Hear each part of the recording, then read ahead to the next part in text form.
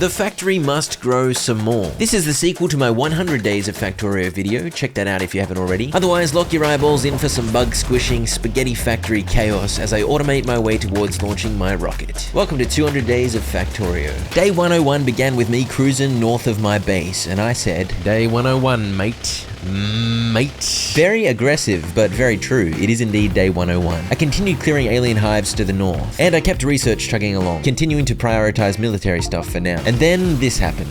That was so careless, man. At least this high-level play gave me an opportunity to admire my base and stock up on ammo. I rode the train back up north, and from there I enjoyed the jog of shame back to my dead body to collect all my stuff. Okay, there's no more hives here. I don't care about this cluster of worms. Screw you, cluster of worms. I enjoyed allegedly fish and systematically took out a few more hives, sieging them one by one with turrets until on day 103.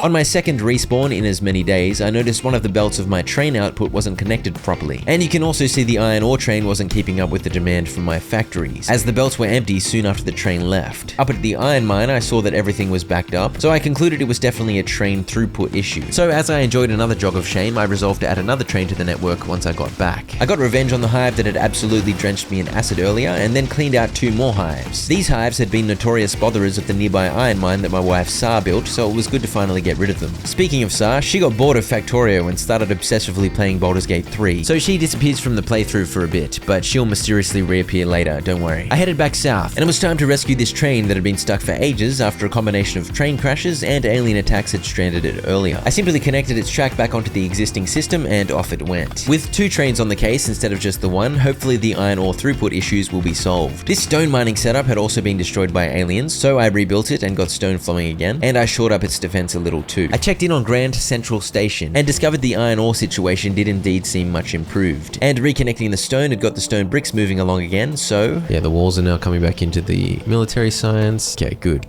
And so the great power outage and alien invasion combo that plagued me in the first 100 days was now pretty much dealt with, for now at least, and it was time to get back to expanding the factory. I would like modular armor. Modular armor lets you attach all manner of useful equipment to it, such as energy shields and exoskeletons, but first I needed advanced circuits. We need plastic. Oh gosh. And for plastic, I needed oil. There was a crude oil node up here with 892% yield. I have no idea what that means, but it sounds like a lot. So I resolved to go tap that. But first, I got distracted tidying up these mining drills that had completely mined out their spots and automating a few more useful items. I first automated pipes. Now that I was getting into the oil business, I was gonna need a bunch. I automated both regular pipes and underground pipes here, stealing the iron plates they needed from this smelting array. Next, I stole some stone from here using a filter inserter, and once combined with iron sticks and steel plates, rails were automated too. I mean, all of this stuff could be good to automate. I can probably do the rail signals down here somewhere. And so with some grade A belt finagling, I did indeed automate rail signals as well. The good thing about automating this stuff is I don't care if it's not like perfectly efficient. By the way, if it isn't obvious, all the stuff I've automated is haphazardly placed willy-nilly all over the factory. It is beautiful. Although I often find it hard to track down stuff that I need, but it's fine. We're struggling for iron plates because... I wasn't sure actually, but it was obvious only half the smelter was working. I soon realized this red belt wasn't full. It was precisely half full of iron ore. Why does it look like it's going so slow? Oh, dude,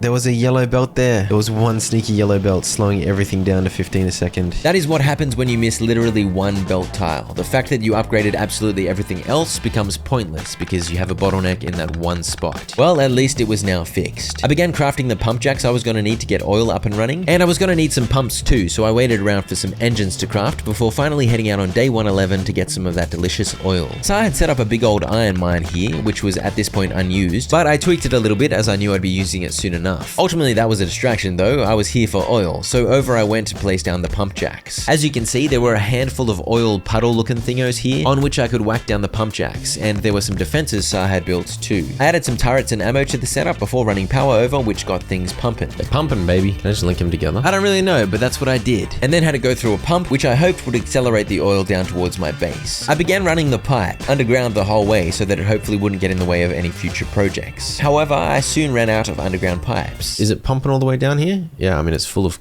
it's full of crude oil. Oil refinery, chemical plant. Now that I almost had the oil running all the way to the base, I needed to figure out how to process it using these two factories. Right, that helps, because then I can just go bang, and I've got a whole bunch of circuits handy now. And gears. Make a chemical plant and an oil refinery, and see what the hell all that is about. I did just that, and found the chemical plant could turn petroleum gas into a number of things, including plastic and sulfur, and the oil refinery, of course, refined the crude oil into petroleum gas. I restocked on underground pipes, and ran the crude oil the rest of the way down, where I set up a line of 10 oil refineries. Advanced oil. I hadn't unlocked advanced oil yet, but I would as soon as I got my hands on blue science. So I decided to pipe up the oil refineries in preparation for that. This involved organizing the pipes so 2 different liquids could neatly find their way into the inputs, and 3 different liquids could be neatly output into their own pipe systems. Although for now, with only basic oil processing at my disposal, I was of course using only crude oil as an input and petroleum gas as the singular output. I shouldn't have done this right here next to my train station, because what if I need a bigger train station? But yeah. I decided I'd aim to produce 3 advanced circuits a second, and I worked out I need 6 plastic a second to achieve that. I needed 20 petroleum gas and 1 coal a second for every 2 plastic. The coal would be easy, but I honestly wasn't sure if I had enough crude oil coming in to keep up with that much petroleum production. So I decided to place down 6 plastic producing chemical plants to produce 12 plastic a second for me, and I'd worry about whether I actually had the oil to keep up with that level of plastic production later. I piped the petroleum in, then yoinked some coal from over here, and we got plastic, mate. So this is producing 12 plastic a second. Seems decent. Next, I needed a bunch of green circuits to go into the red circuit factory. So I was figuring out how to approach that when I noticed something. Oh gosh, pollution's already almost up there. Pollution grows so fast, man. I'd suffered 0 alien attacks since destroying those hives, but I was sure to get some soon. Hopefully the defenses at my mining outposts would be sufficient. For now though, I began throwing grenades at my own base. Wasn't a good idea. Big strats. Big strats. Just bomb your own base if you can avoid destroying anything crucial. I may have destroyed some crucial stuff. Oh, you know what I need to do? What is this thing? Flamethrower turret. I began handcrafting some of those bad boys and continued working out my approach to making them green circuits I needed. I toyed with placing down another copper smelting array, but soon decided that was over the top. I think I need 10.5 wire machines. So I'm gonna do 12 to be safe because I'm probably wrong. Half of these will go towards making green circuits and the other half will feed straight into the red circuits. I noodled some iron plates from over here, and honestly this is just making a giant mess even messier, which is glorious. Anyway, I soon had electronic circuits and copper wire feeding onto a single belt. I believe this is enough for 18, so we can go absolutely bananas here. How do we fit 18? Just like so. I set it up so the inputs would feed from the outsides and the completed red circuits would go onto a belt in the middle. I ran the plastic down over the cliff with underground belts, and soon I finally had advanced circuits automated. We're making 3 red circuits a second. Is that good? Doesn't sound great, but you know. We move. I set up a chest to begin filling, as it was definitely going to be handy to have red circuits available for handcrafting. In fact, it was immediately useful. Modular armor. Can make it immediately? Oh, hell yeah. You need portable solar panels to power the equipment in modular armor, so I decided it would be smart to automate solar panels. They'd be useful for some renewable energy too. Maybe I could even slow down my pollution cloud. The composite materials for solar panels are green circuits, copper plates, and steel plates. So I found a spot where I could noodle all those together and got it working. Once that was chugging along, I whacked on my freshly made modular armor. And yes, there is space. I got some portable solar panels and an energy shield handcrafting. Where the hell's my plastic? Oh, why is it not picking up the coal from here? Oh, you know why it wasn't working? It's because I blew it up earlier. Who knew throwing grenades at your own base would have consequences? Got my modular armor. If I chuck this in and an energy shield. Okay. Is it nighttime? How is it it's charging? All right, how do I make a battery? Sulfuric acid. Okay. Wait. Now it's not working again. Oh, you know why? There was another thing that I blew up. Honestly though, who knew throwing grenades at your own base would have consequences? Now I've got a little energy shield happening. Great news, but I was gonna need portable batteries to hold the power generated by the solar panels. Otherwise I'd be powerless at night and the energy shield wouldn't last long. But before I got to work on the sulfur and whatnot I needed, I decided I'd better move my walls so all my oil and chemical production stuff wasn't so vulnerable. That's an expansion to our territory, that's for sure. Moments later, the anticipated attack up north happened. But attacks were resuming at the coal mine down south too, and it was a little closer, so I tended to that first. I finally had a chance to place down those flamethrower turrets I'd handcrafted earlier, so I nestled a few amongst the turrets. These need to be supplied with fuel for the fire though, such as crude oil, and lucky for me, I spotted this extremely random single dollop of oil nearby. I had totally missed this earlier, but I whacked a pump jack on there and pumped that oil on down, and these are ready to breathe fire. That's kind of cool. And then my daughter paid me a visit and decided to sit in my lap. Hey, what's that? What's what? think that's a car. You know I'm the one controlling the car. Oh, I got stuck in some cliffs. I got a bunch more flamethrower turrets crafting. What the heck? If we steal the oil from here, we can make flamethrowers. I placed a bunch around the top edge of this iron mine. Alright, we got some flamethrowers set up here now. It should be pretty sweet. Whoa, I saw the train. With our defenses now reinforced in both the south and the north, it was time to get my sulfur on. I needed petroleum and water to make it, so I headed over to slurp up some water from the nearby lake, except... Getting attacked over here by one biter? Are you serious, bro? Somehow there were 0 turrets on this section of wall, so I went and grabbed some ammo before returning to remedy that. I also checked on the red circuits, which were coming along nicely. Once the turrets were placed and loaded up with plenty of ammo, I got onto the water. Alright, the next thing we need for sure is to send water over to the ants go marching one by one, hurrah, hurrah. The ants go marching one by one, they eat some cheese and sniff their bum, then they all go marching down to the ground to get out of the rain. Bomb, the yucky word. Oh, sorry. The ants go marching one by one, my bum, my bum. They marching bum by bum.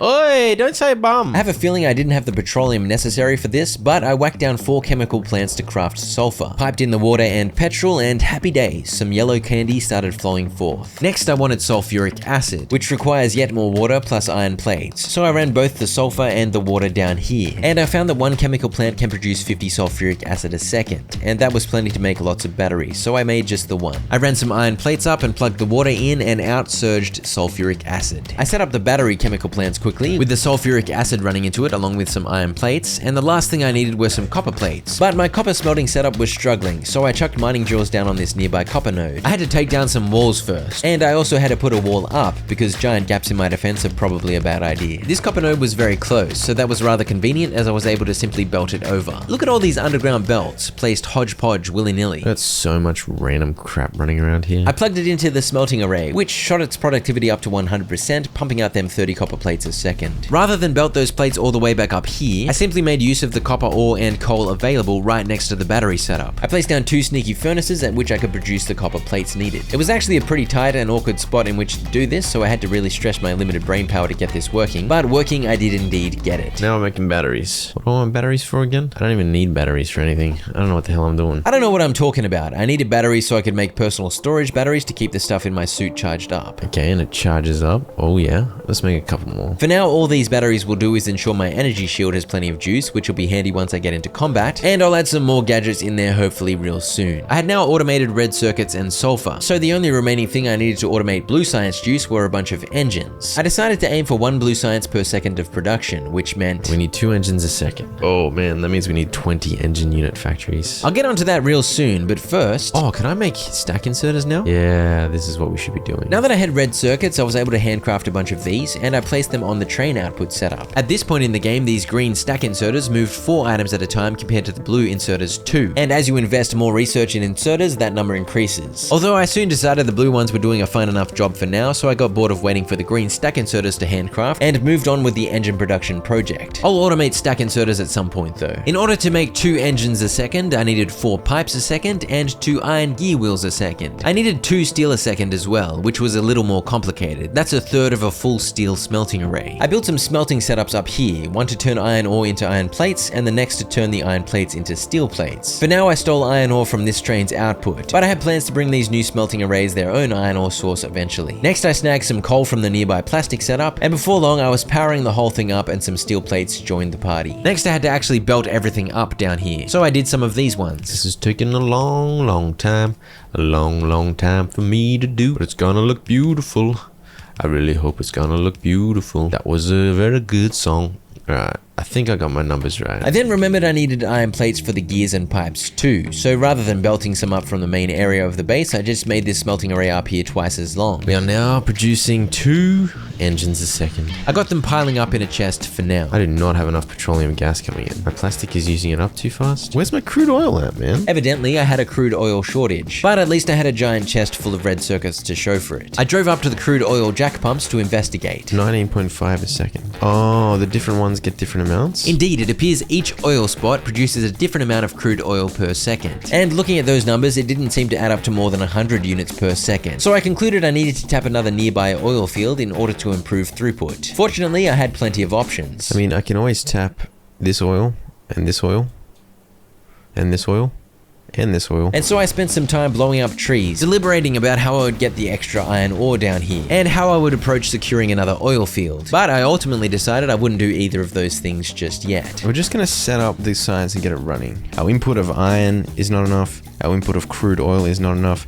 but I can add more after the fact. Let's at least get this chugging along so I can start researching some useful stuff. That is the smart thing to do. I need to stop freaking out. I just managed to fit the 24 assembling machines required to make 1 blue science pack per second into this space here. By the way, these actually produce 2 per second. I did my maths wrong, more on that later. And then it was a matter of connecting the red circuits, sulfur, and engines in. The red circuits were next door, so that was easy, while the engines and sulfur took a bit more work. Here is our glorious meeting of sulfur and engines. And I was still a little confused by the oil situation. See, the petroleum gas is filling up again.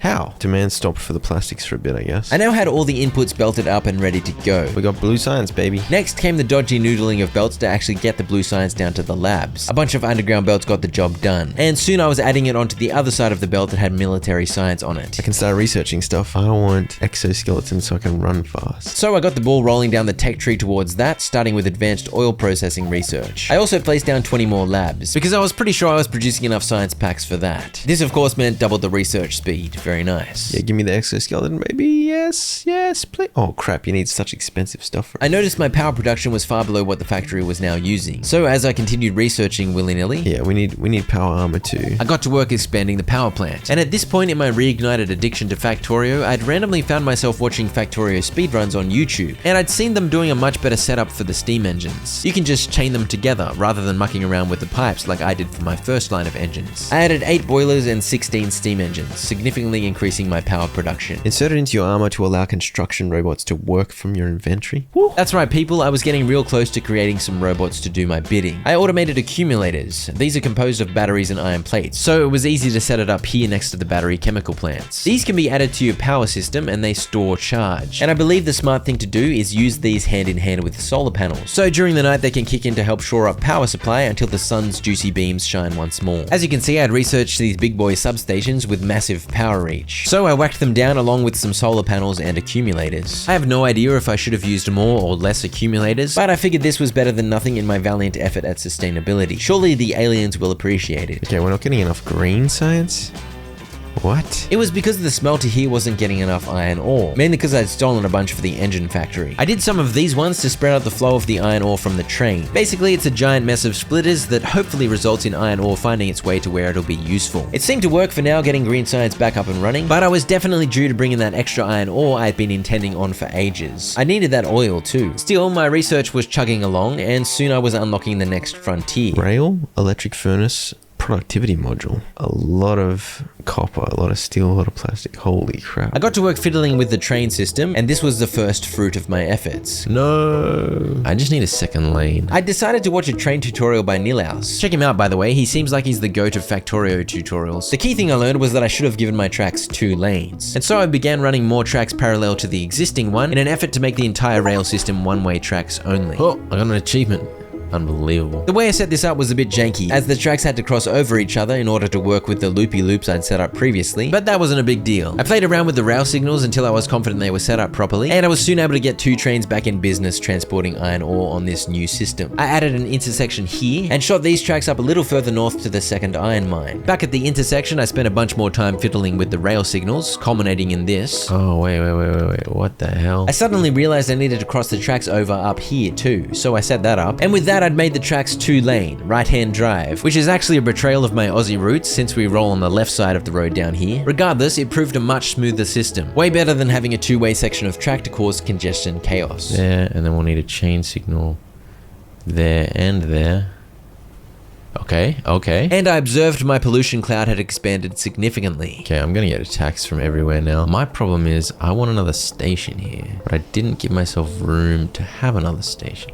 Wait, what if? I peeled a lane off the southbound track and started flopping it all over the place. And I eventually ended up noodling it around the oil refineries, across this track and feeding it back into the northbound lane. Obviously these crossover points required a bunch of rail signals, but I was actually fairly on top of how to use those by this point, so it was no worries. I soon realized the loop I'd made wasn't going to be big enough to accommodate a station, so I managed to extend it out to where there was enough space for 2 trains to queue up. But with all the belts and pipes I had to avoid, it ended up looking a little janky. Look at this thing. It's hideous. All right, now he's going.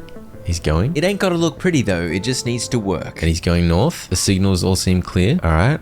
All right. The train system was working, however this new station had no offloading setup yet. But before I could get onto that, I was distracted by the increasing number of alien attacks all around my perimeter. I grabbed a bunch of materials and began handcrafting some laser turrets, which I'd learned to make from a recent research unlock. And I headed south to my coal mine where things were looking a little banged up. I replaced the walls and turrets, and I added a bunch of laser turrets. These are electricity powered, so no ammo refills required, and they have better range than regular turrets too. I covered the rest of the coal node in mining drills while I was down here, and soon there was a small attack that gave me some insight into the quality of them zappy lasers. The lasers are popping off.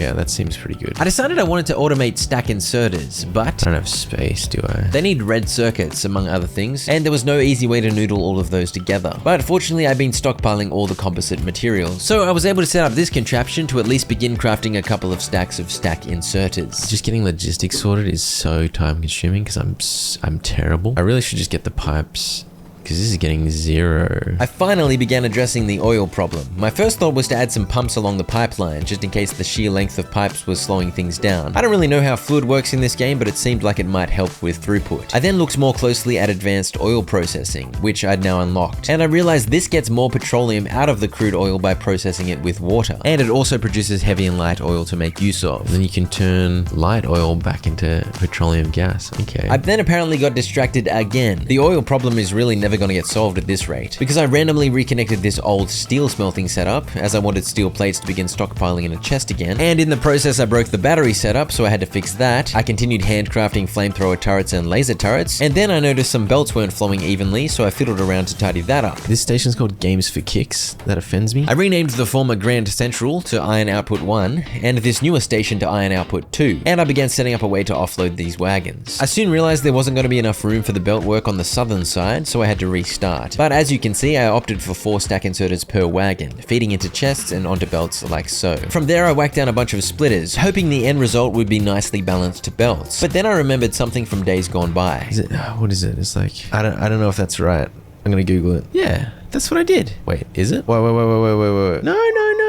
How did you get here? I dispensed with these 2 cheeky nerds, repaired the tracks, and then figured I'd better slap down some more thorough defenses since the aliens really seem to hate this stone mine. This is fine. This will do. Okay, so then I just go... This will balance the train's output evenly onto 4 belts, if I've done it correctly, which I'm pretty sure I did. I plugged it straight into the iron plate setup here, the one connected to all the engine shenanigans, meaning I could disconnect this iron ore line that I'd stolen from the first train station. I yoinked a coal line and set up a refueling apparatus before powering up the whole thing, and in moments the belts were saturated with iron ore. I upgraded my inserters again, so it's stacks of 5, so that unloads real fast. I got 2 train lines on the one system. I can't believe it. It's beautiful to behold. I zoomed up north and realized the iron mine feeding into the second train station wasn't even fully tapped. So I placed a bunch more drills down as this abandoned coal mine project way down south got munched by aliens. I chose to ignore that. I can always rebuild it. I swapped some of these fast inserters out for stack inserters just to up the efficiency a little, and I realized the defenses up here were kind of sparse. So I beefed them up a little before striking out west to finally do what I've been planning to do for ages. Alright, so we're gonna need to wall up. I placed down a perimeter of walls, and next came the pump jacks. And I discovered each of these oil spots provided anywhere between 15 and 35 units of crude oil per second. So all up, this was going to be at least 5 times more productive than my first oil field. Great news. Next, I placed an abundance of flamethrower turrets, pipes to feed crude oil into them, and a bunch of laser turrets too. And then began running a pipe and power line in tandem all the way back east. I spaced out a couple of pumps along the pipeline too. Again, I'm not sure how necessary this was, but it can't hurt. hurt, and soon I'd connected back up at the original oil field. I plugged the pipe straight into the existing crude oil pipeline. Except the oil was not flowing, and I discovered that as usual I made a mistake. This pump had no power and therefore was not pumping. Fortunately, that was a very easy fix and the oil began to flow. Okay, and now all of these are working properly. So that's good. Now I just gotta shore up my southern defenses because this is in shambles. It was indeed rather shambolic, so I rebuilt and placed a bunch of extra turrets before double confirming that the oil was indeed working its magic. The oil is sorted, therefore the plastic is sorted, therefore the advanced circuits are sorted, therefore the blue science is sorted. And on day 155, Sa made her triumphant return. I gave her a tour of all that I'd updated in her absence. I put down That's some solar. solar and it kind of sucks. Oh. She was so impressed by my glorious progress, she immediately began complaining. I think our coal southeast is getting hammered. I never got around to completing it. I don't think we really need more coal, so... Oh wow, all my hard work. Well, I mean, if you're gonna do that and then not put defenses around it. Well, I didn't know you were gonna play. You played without telling me. What do you mean? All my hard work is getting eaten up by aliens for breakfast. Who do you think you are? For the record, Sa refused multiple Factorio sessions because she was too busy playing Baldur's Gate 3, so that sass was truly outrageous. How do I make lube? I need lube. Heavy oil. You spin up my tea. Give me some lube. And there's defender capsules, actually. There you are. I put together a little blue circuit factory, which required sulfuric acid along with both green and red circuits. The acid I obviously piped in, but I hand-fed the circuit boards for now. I figured I'd automate the blue circuits at scale later on, but for now I just needed a relatively modest amount. We're using lots of energy, dude. Holy crap. We need way more energy. Yeah, the accumulators get used up in the night really quick. Okay, interesting. Apparently I just completely ignored the power problem though, as off I went to fiddle with the oil setup. I piped up some water. Yeah, we got water. Okay, now we go to advanced oil processing. Just like that, we're producing heavy oil, light oil, and petroleum gas. Meanwhile, Sa was reacquainting herself with the world and yelling at our puppy Miso. Miso! Miso! Chill, Miso! Stop barking at your reflection. I immediately switched back to basic oil processing because I currently had no way to make use of or store the heavy and light oil. And as a result, all the outputs were getting backed up. 25 every 5 seconds. 20, that's 5 a second. Times 10, 50, okay. My 10 refineries would indeed pump out 50 heavy oil a second, and lubricant takes 10 heavy oil per second. Therefore, 5 chemical plants could lube it up. I placed 6 for good measure. I didn't finish getting all these plugged in though, because as usual, I was distracted. Tank research had finished, and I wanted one. We got a tank, baby. Turning circles, too crap. Come here. No friendly fire. Come here! We can make cannon shells and flamethrower ammo. Sa got to work automating flamethrower ammo using crude oil and steel plates, and I began crafting countless storage tanks in which to store an enormous volume of lube. I piped over the heavy oil output and got the lube chemistry plants lubin, but quite frankly I had no practical use for an exorbitant 50 units of lube per second, not yet anyway, so I needed somewhere to store it instead, otherwise it'd clog up my entire oil operation. And so I ran it over here by the water and created a lube-tastic cluster of storage tanks. That will take a while to fill up. Job well done. Alright, now let's figure out how much light fuel we can use. I meant to say light oil, and the answer is my 10 refineries produce 90 light oil per second, and chemical plants can use 15 per second to create more petroleum gas. So I needed 6 more chemical plants. I decided they'd fit just fine right here. I piped in both water and the light oil, and simply plugged the petroleum gas being created straight into the existing gas pipe. Light oil is going straight into here to make more petroleum gas. The petroleum gas is obviously still going down to make sulfur and batteries and plastic and crap, and then the heavy oil is going over to make lube. Lube! I worked out this advanced refinery setup produces pretty much double the petroleum gas as the previous basic setup, not to mention a heck of a lot of lube. I immediately began making use of some of that lube to craft electric engines, but as usual I was distracted because Sa's setup was now producing flamethrower ammo, so I was keen to automate shells too, because I wanted to take my tank for a spin. We began working on the explosives necessary for that. Well, really I asked Sa to work on it, but then kind of micromanaged the project. Sorry, Sa. I collected the engines and green circuits needed for the electric engines, and those began crafting, and I added one more chemical plant crafting plastic, which I noodled over here to contribute to explosive shell production. These needed steel plates too, so I stole some from up here and soon had it up and running. Except I realized the water to the explosives wasn't connected properly, so I blamed Sa and she blamed me, but either way I fixed it up. I picked up some electric engines and blue circuits, and finally I was ready to craft higher tier equipment. Power armor times 2, one for me, one for Sa. And then legs 2 legs, one for me, one for Sa. Good news. Oh, you need batteries and stuff though, don't you? Sa got to work making herself portable batteries and solar panels, and I whacked on my new power armor. It's got more space. I put my batteries and solar panels in there, along with 2 exoskeleton legs, and suddenly I was faster. These increase your run speed by 30% each, and somehow you can wear multiple. So this was a juicy 60% Usain Bolt bonus. I gave one set to Sa though, and she gave me a personal laser defense system that she'd crafted. But I had more space in the power armor, so I began crafting more portable solar panels to increase charge speed, and some more exoskeletons. 2 more for me, 2 more for Sa. 2 more legs in you, mate. Now I got triple legs. Look at me zoom. I needed Mark II batteries in order to keep up with the power usage of triple leg shenanigans, so I began handcrafting low density structures towards some of those, and Oh, there's the RoboPort too. Definitely gonna want that. You can have one in your backpack. I hadn't made any actual robots to go in the RoboPort yet, so I held off making one, but this was a very exciting prospect. You'll see exactly why once I get it up and running. Just as I placed my first Mark II battery into the power armor, Oh no. No! This is about time I got hit by a train. I've never done that before. I just got the achievement. I never even did that once when I played the game previously. I don't believe it. Let's go on an expedition. but before heading off, it was high time I actually upgraded the power. We had been running low for ages. I added on quite a few. We had to move the wall a little bit to accommodate, and I realized, Oh dude, this hasn't been connected the whole time. Bro, I'm so dumb. Oh no. But now that it is online, we're still only just going over what we need. Alright, let's add on a bunch more. a bunch more was added indeed, significantly raising our electricity production. Oh, there's an attack. Oh crap. Go, go, go, go, go. What did they destroy? The one thing I contributed. It turns out these purple-blooded goobers don't like Sa's flamethrower ammo setup. Then it was time to roll out, Marines. We cruised north in force, and Sa may have had a bit of a stinker. She got a little stuck there. Oh, I'm gonna die. Did your tank die? Yeah, I ran straight into something and I couldn't get out. Yeah. Hop in. Oh, he ran over me. As you can see, the cannon shells were doing work, as was the laser defense system, and the flamethrower. I managed to destroy all of the hives at this alien base, but then I snagged on a cliff. Oh crap. I may be screwed here. No, I let my tank die too. I got bogged down. What? Oh no, I hit a cliff. I couldn't see the cliff. It's like hidden in all the gunk. Not the ideal start to our armored vehicle shenanigans. I ran all the way back, and grabbed some more ammo and a fresh tank. Time for round 2. This alien hive by the sea was full of genius aliens, because they had hidden behind a cliff. No, cliff. I did it again. They somehow knew cliffs were my worst enemy. I managed to wear them down with cannon shells from a distance, but we were soon distracted. Oh no, what's been destroyed? No, no. our base down there. No. I'm not sure why we were surprised. We'd been attacked here like 5 minutes ago and we hadn't bothered putting any defense down. We were practically inviting this chaos. So if you press Q on the purple things, Yeah. it'll bring up whatever you need to rebuild. Oh, that's kind. It is indeed a kind feature, as it makes rebuilding simple. I'm gonna put up a big old wall. Big old wall indeed. And after stocking up on ammo, off I went again. Sa accompanied me on foot, as she was still traumatized from her first tank being swarmed. Oh, this is like 3 in a row.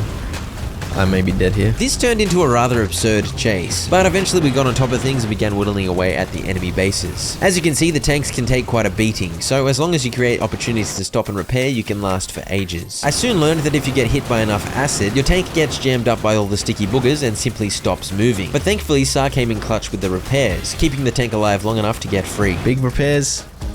Nice. I ran out of cannon shells at this point, so I just got in there with the machine gun, taking out a couple more hives on day 169 and another on day 170 before we headed home, as I really did need cannon shells to be truly effective in the tank.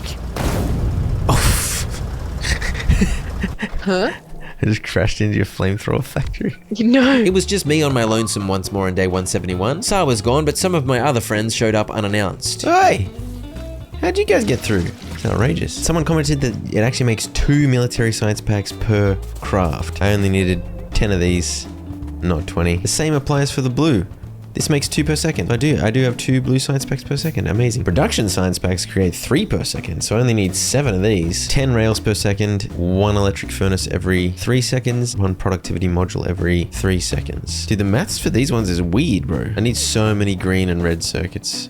Oh gosh. I didn't really know where to start, but my first thought was that I was going to need tons of copper plates for all them circuit boards. So I decided to place miners down on this little node here. This was just south of our wall, so part of setting this up involved creating a new wall and repositioning a bunch of these turrets. This is only a small node, producing about 15 copper ore per second, but especially because of its closeness, I figured it'd be handy to plug into the copper smelting once the existing copper ore sources began to dwindle. I then stared at the purple science juice recipe some more, and after a rather prolonged deliberation, I was distracted by a realization customization. Okay, I've got the personalized robot board. How big is it? These things go into your armor and function as a hub for robots to work out of, and 10 robots can fit in each. The robots were going to take a while to handcraft though, and at this point I perhaps should have looked into automating stuff like construction robots, but I was fixated on getting that purple science. First step, automating 10 rails per second, and to get that started, another iron plate smelter. I shuffled some belts around and made room for it up here. Where's my personal robot board?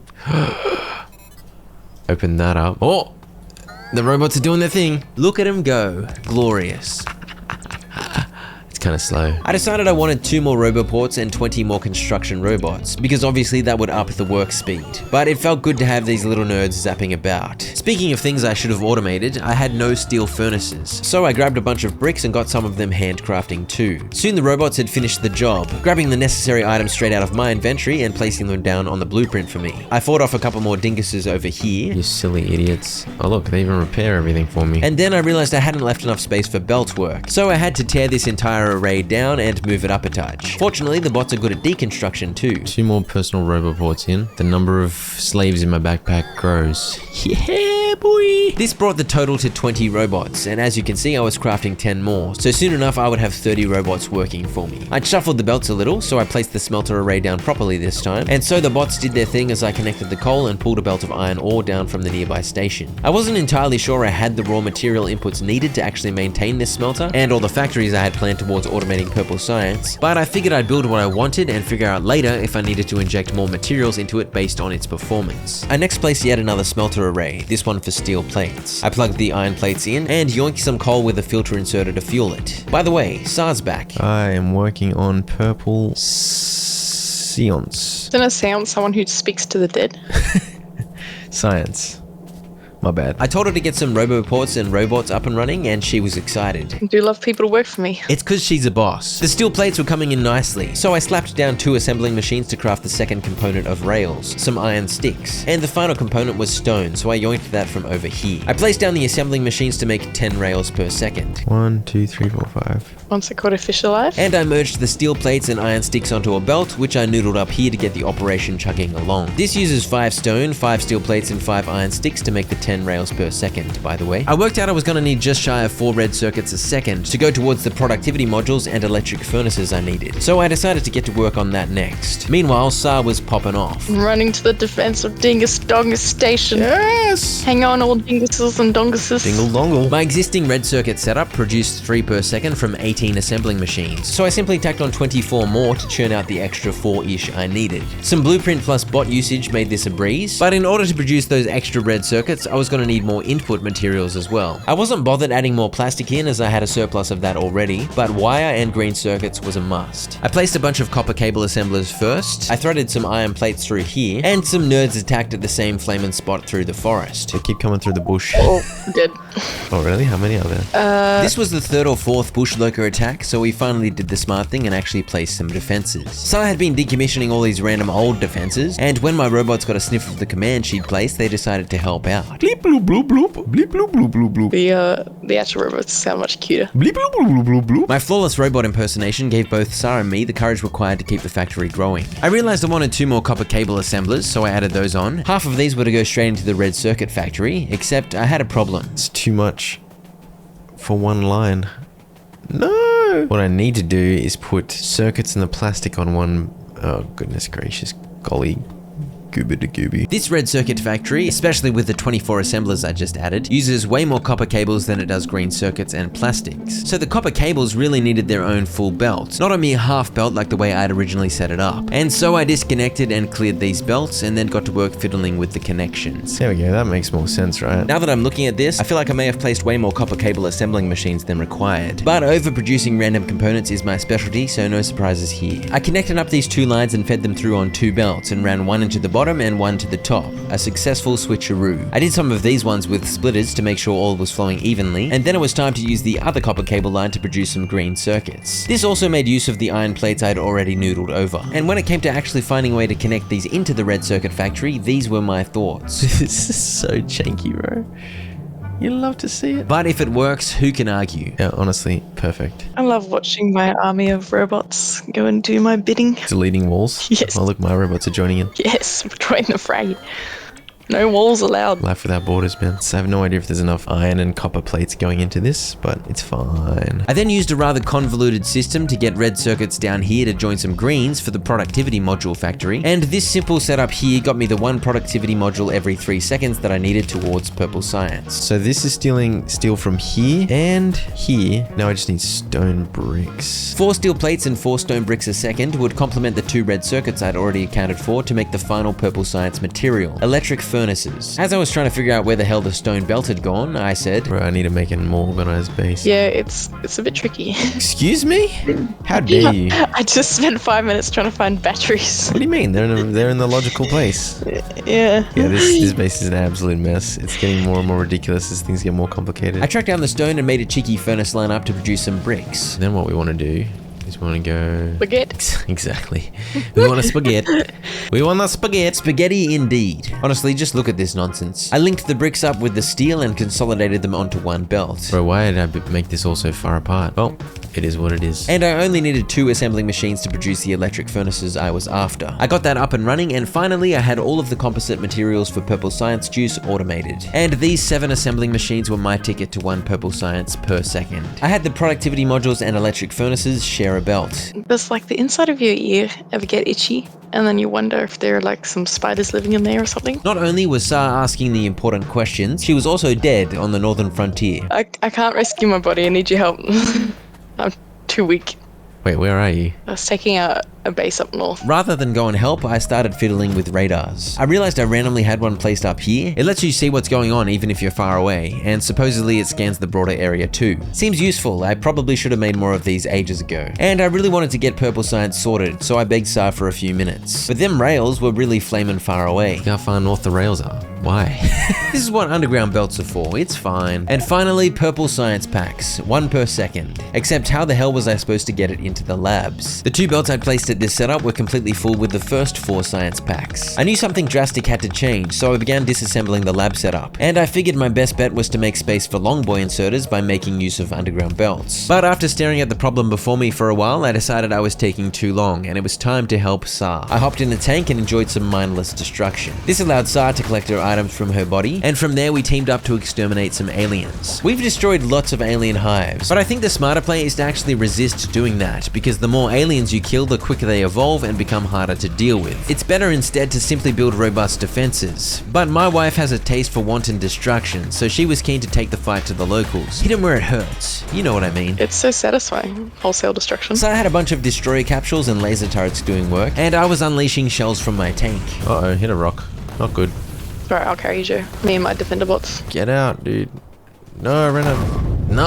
I hit a rock, the tank ran out of fuel, and I ran out of repair packs all at once. Bad news for that tank. Rest in peace. Fortunately, I had the materials on me to make another. You know the worst enemy is rocks. Rocks and cliffs that I don't notice because I'm like zoomed out far because I'm trying to shoot at distance. I know what you mean. The northeast took a beating as we destroyed multiple hives, but Sa soon took a death, and my tank got cleaned up soon after when I got stuck on a tiny bit of water that I didn't notice. What did I get stuck on this time? No. I was beginning to accept the reality. I was prime dingus material when it came to driving a tank. Also, look how many grenades it takes to kill these big biters. They are rather strong. The aliens were randomly shooting acid unceasingly at a spot next to Sa's dead body, which I thought was great stuff, and I distracted the bug so she could collect her items. Oh, got it. What is that giggle, bro?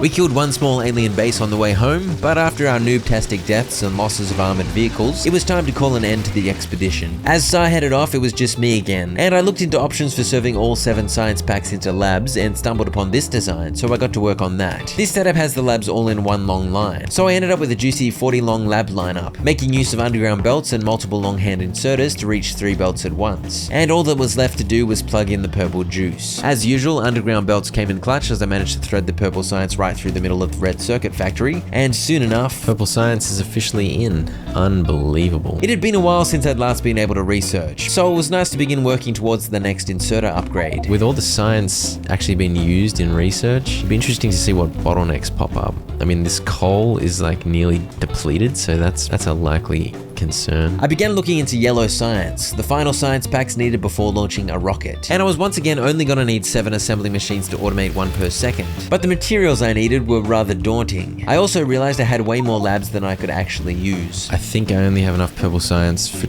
20 labs maybe? Since I was only producing 1 purple science per second, unlike the previous 4 packs of which I was producing at least 2 per second, purple science was the limiting factor in research. Also, the labs used up the science juice way faster than at the start of the game, because I'd upgraded them multiple times. Anyway, the point is I had way too many labs, but it's no big deal. Also, I mean, look at this though. Look at all the belts in this area. There's no way that Factorio veterans looking at this nonsense, like look at all this, there's no way they aren't deeply offended. They're probably gouging their own eyes out. We need to automate some more stuff, man. Oh, assembly machine 3. This was available thanks to a recent research, and I had no idea how I was going to automate it since there was no room over here next to the tier 2 assembling machine factory, but I was at least able to finally automate steel furnaces. Stealing the steel bars and stone bricks needed from this belt I brought down to make electric furnaces. Next, I automated flamethrower turrets, as these rather conveniently use engines plus the exact same materials engines are made up of, so all the necessary items were obviously already present together at the engine factory. Just as I finished that up, I was notified of damage being done to one of my northern iron mines, and this was the first of many bothersome assaults that had me running around like a goose on the loose over the next several days, patching up weaknesses in my defenses. I was really missing SAR's chief of security expertise, no doubt about it. After sorting that out, I was pulled over here where I threw down a bunch of turrets. I next automated laser turrets, managing to pull the batteries, green circuits, and steel plates I needed together here, and these, as well as the flamethrower turrets now being made, represented a great boost to our defensive capabilities. Wait, what if I make...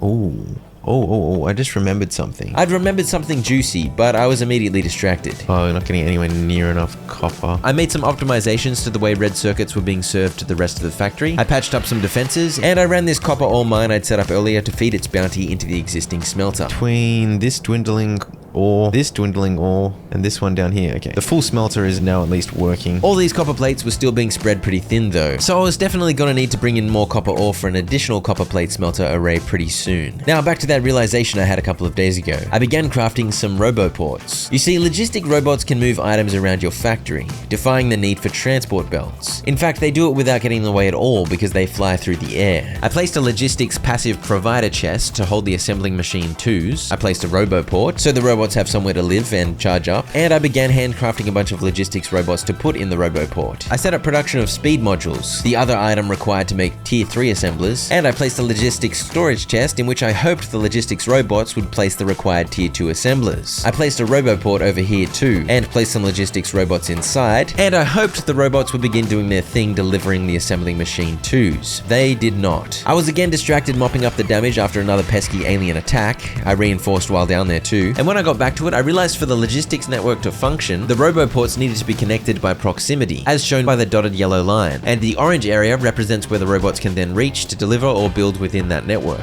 So I built roboports to ensure both my provider and storage chests were within the same network, and nothing happened. Shouldn't the logistics robots... Is that not what this does? Why is this not working? Is this not how it works? And so I flopped around on day 200, confused as to why my brilliant plan wasn't working. Why are the robots not delivering my goods? And then I noticed plastic was coming in slow, caused by coal coming in slow, so... Yeah, let's just steal coal from here. It was a little worrying to steal coal from the power plant, but it seemed like there was plenty, so I figured it'd be okay. That was one problem solved, but the roboport logistics conundrum had me saying... My question is, what the hell? And with that inspirational question, 200 days were up. But I am determined to get yellow science automated and to see that rocket launch. So let me know if you want to see that in a 300 days video.